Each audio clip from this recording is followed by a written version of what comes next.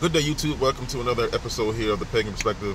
This is going to be a rather long video, so I apologize. I've got a whole 10-minute video that's going to take place after this one. But this particular question, as you've probably seen all week long, is they're kind of throwback questions from the first year of the Pagan Perspective. And I believe many of those questions were sent to Cora several years ago. But this particular question is whether or not we use ceremonial robes or if we are skyclad when we're doing our rituals.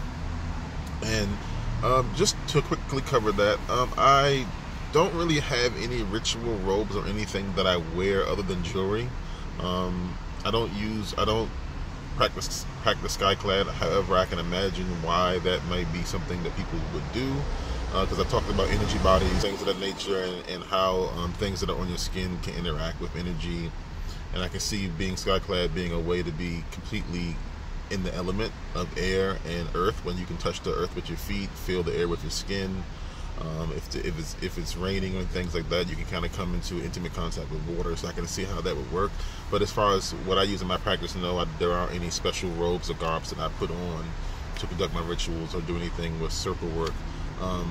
As far as going into shamanic journeys, that is a bit different, because you don't want restrictive clothes. You don't want things like belts on. You don't want really tight pants and things on. So with that, usually something that you would wear to the gym would work. Something that's real slim. Also, your body tends to get cold because there's not a lot of physical action going on during a shamanic journey.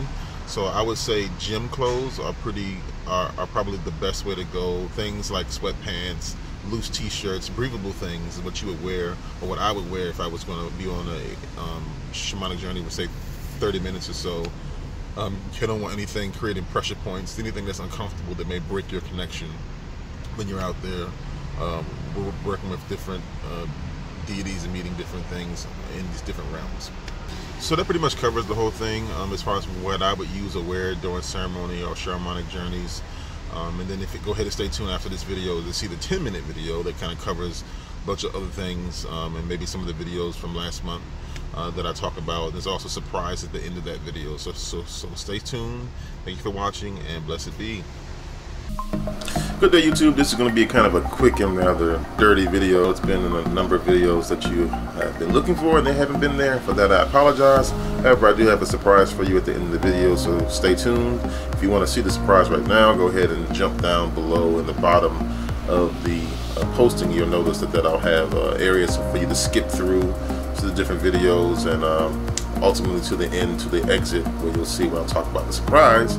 Let's move right along to the first topic that came from our own Yucca here.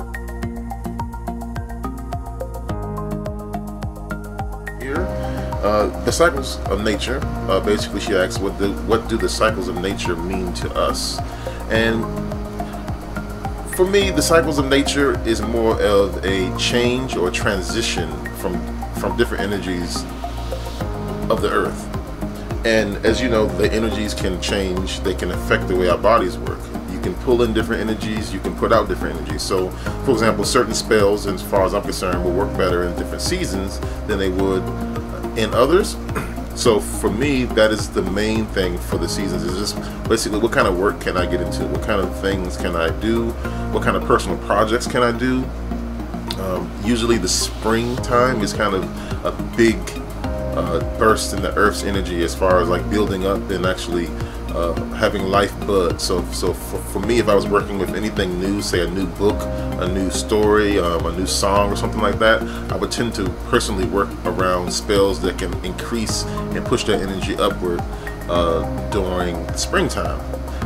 For the winter, for me, it's more storing energy. So for example, if I was going to work in a book in the spring, I would begin to compile knowledge, compile resources to actually store these things, so that way I can keep them in my mind, keep them in my brain, keep them in my energy field, so that way I can use them and dwell on them during the winter months.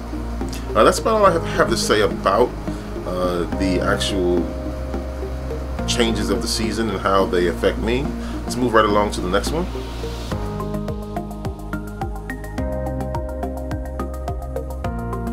So this topic comes from our very own Megan here. What is the best advice slash inspiration you have received in regards to your path? Also, what is your advice slash inspiration that you would want to pass on to younger generation who are discovering their faith? I would say ultimately the best influence that I've had on my path has just been media. I mean, books, things that make me think, things that make me wonder if there's more out there.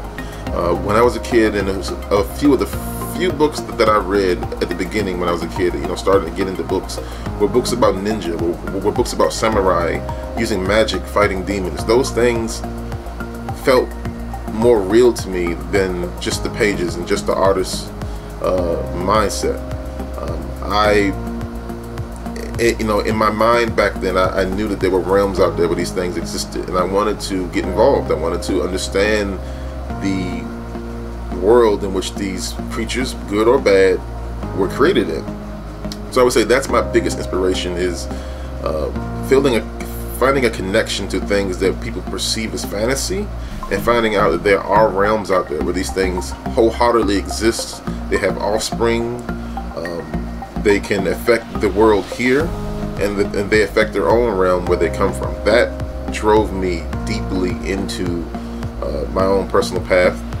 And as far as what I would say to the youth, I would say keep your head up when you see, I've talked about it many times, when you see Naruto talk about magic, believe it. That is real. There's no joke. Those writers were not playing with the elements. They knew what they were doing when they described these different magical works and things. They understand things. When you notice, they talk about summoning, and they use blood in the early parts of Naruto. They kind of switched away from it as Naruto aged, but if you go back and look at the beginning, they actually would bite their thumb and there would be blood there, and when they put their hand down, you would see these scribbles that are almost certainly certain types of sigils that would invoke different entities. These are real things, and it spoke to me. So if you're out there and you're wanting to work on your path and you're thinking about getting into things that require summoning, I would say be cautious. Read everything you can get your hands on, whether it's bad, whether it's got bad reviews, good reviews. Read everything, and you make your mind up yourself. If you still feel lost, don't feel afraid to reach out to your ancestors. They're with you. Literally, just use the word ancestors. They will come to you, they will sit next to you, they will help you. Don't forget to feed them. Make sure you put out libations. They're going to need that to help you along your path, especially if you're a kid in today's world, where there's many attacks on your belief systems, when there are many attacks on who you should worship, on who you should give reverence to. Never forget to work with your ancestors. They're there for you. They came before you. They love you, and that includes everybody's types of ancestors. Whether you're gay, straight, bisexual, call to your ancestors. They're there for you. And all right, that just about does it for that particular topic. I can't think of anything else that I would pass along to the youth, other than just keep your head straight, read everything you can, don't let anyone discourage you. Anything that you would read today has already been out there. People have come before you, they've read it. Don't be afraid to read these things. Now, as far as practice, that's different. I always would say be cautious, but read as much as you can. Next question. This is a pretty long question. It reads, how do you deal with your own self-doubts about the magical things you have accomplished / experienced? Do you have any tips or tricks for silencing the voices of anxiety, doubt, the voices of those who have worked to condition you to doubt yourself in every way?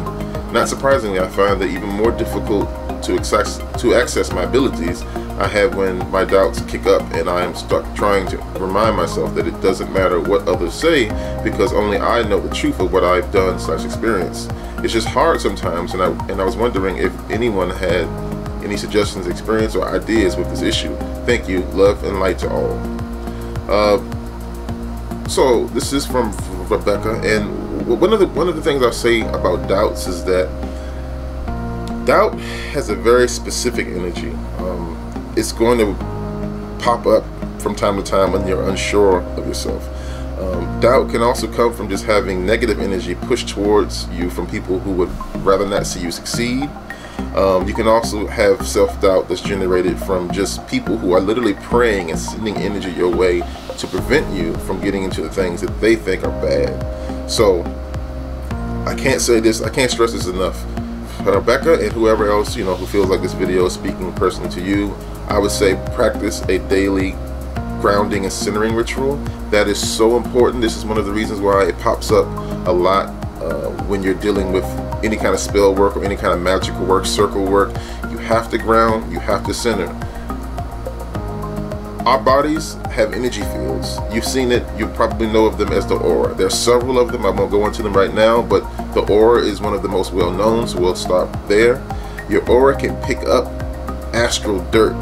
This dirt can be anything from, you know, people who would rather not see you, people who would rather not see you succeed, sending their energy your way. It can change the color of your aura. Your aura can be harmed. Your aura can have lesions on it. Your aura can have other types of wounds. When you ground and center, you're literally shaving that part of your aura off and you're causing it to heal. You're creating the new parts to form. Rebecca, if you're feeling self-doubt, it could be from a aura and your other energy bodies that aren't receiving proper maintenance. Try researching grounding and centering. Try them before you do your next ritual.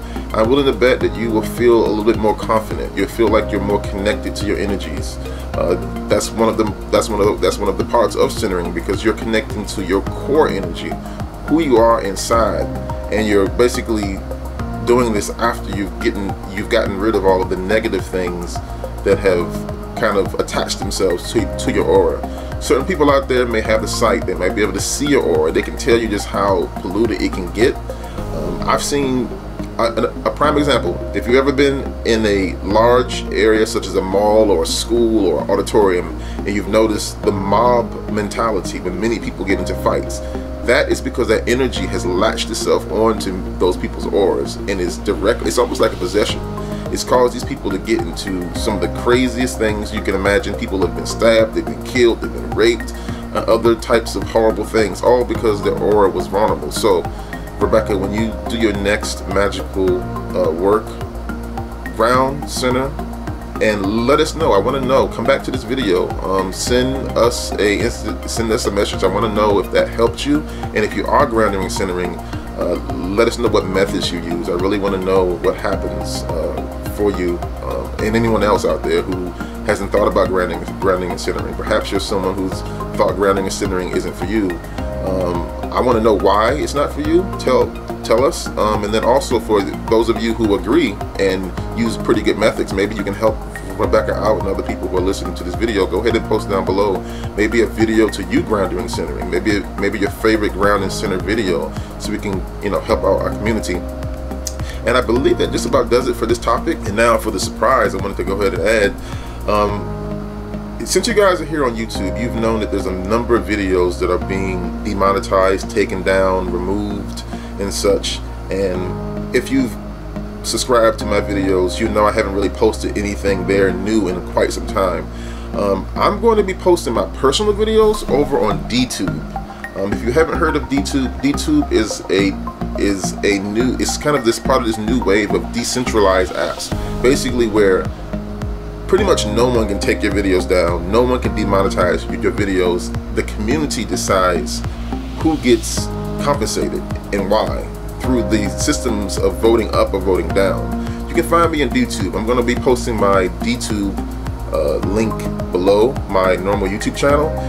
Please pop over there, have a look. If you like what you see, go ahead and upvote. It helps me continue to do what I love to do. And I will probably be getting into some live videos, maybe doing some live rituals and things that we can all join in on. So very excited about DTube. Hop on over there, create an account if you haven't. I would love to see you over there. Thanks so much for watching this video. I will see you guys after the second week of June. Thank you so much. Blessed be.